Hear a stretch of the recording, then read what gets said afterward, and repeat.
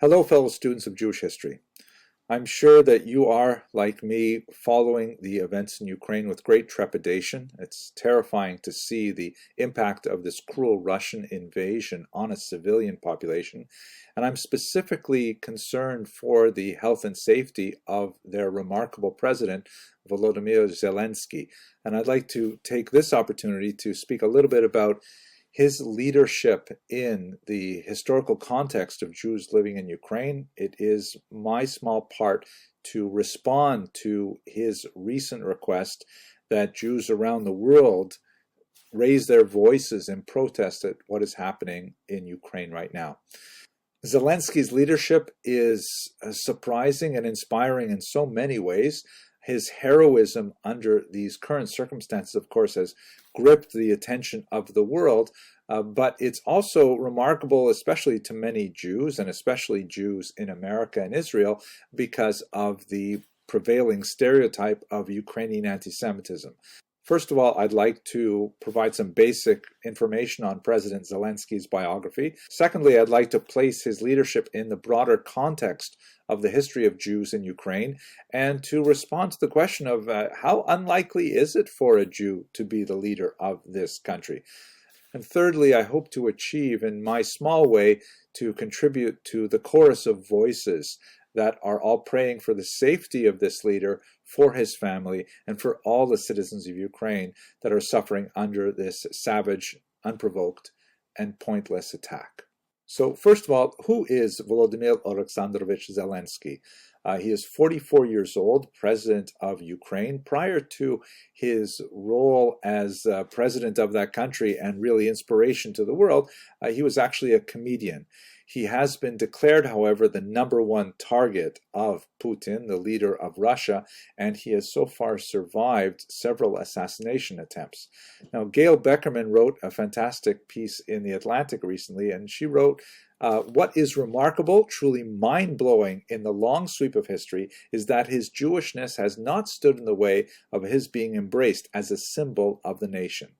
Now, I will agree that Zelensky himself is remarkable and mind-blowing, but in the long sweep of history, I would say it's only remarkable and not necessarily mind-blowing to see a Jew in a leadership position in Ukraine. It has, after all, happened several times before that Jews have been within the very tight leadership of this country, particularly over the last century, and I'd like to kind of explore some of those details now. Zelensky's parents were in many ways typical for their generation. They were both highly educated, very urbanized, literate. His father was a professor of mathematics, his mother taught engineering, and note that they were specialized in non-ideological fields, meaning although they may have been very cultured and very engaged in other kinds of aspects of life, Soviet Jews, when they studied in university, they tended to gravitate to those fields which would be less vulnerable to critique. For example, you don't have a lot of university-trained Soviet Jewish historians because that tends to be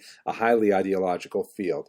Zelensky's parents were typical of a type of Jew that was known as Homo Sovieticus, or Soviet man, Soviet human. The idea was to try and keep your head down as much as possible, to not affiliate openly in any way with any organized Jewish entity, certainly not to attend a synagogue, because that was, during the very repressive era of the Soviet Union, the best way to get yourself on the KGB mailing list and to be exposed to all kinds of persecution, small and large, in the future. So they strove to excel and to raise their families quietly, but to stay away from anything ideological or political and so on.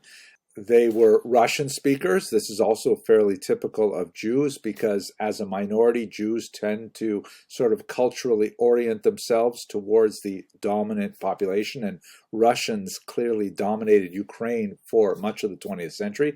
Zelensky himself was raised as a Russian speaker, his first language, but he adopted Ukrainian as his second language like many people of his generation.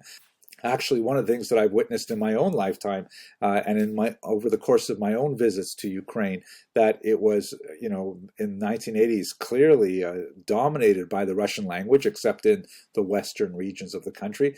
But now it's overwhelmingly Ukrainian speaking, and the Russians are in the minority. It's remarkable how that changed really since 1991 so rapidly. He also, Zelensky studied English, and he studied very well. He's actually quite fluent in the language. Let us not forget that he was only 13 years old at the time that Ukraine became independent, so he was an adolescent at the time when that cultural shift was happening. His wife is not Jewish, which is very typical for Jews in Ukraine, just like it is in the United States of America. It's a very high degree of intermarriage between Jews and Ukrainians. He went to school and he studied law, also typical for Jewish kids, although a little bit more ideological, particularly in the independence period. And then he went into comedy. He said he got involved with a comedy troupe that was called Studia Kvartal 95, or Kvartal 95,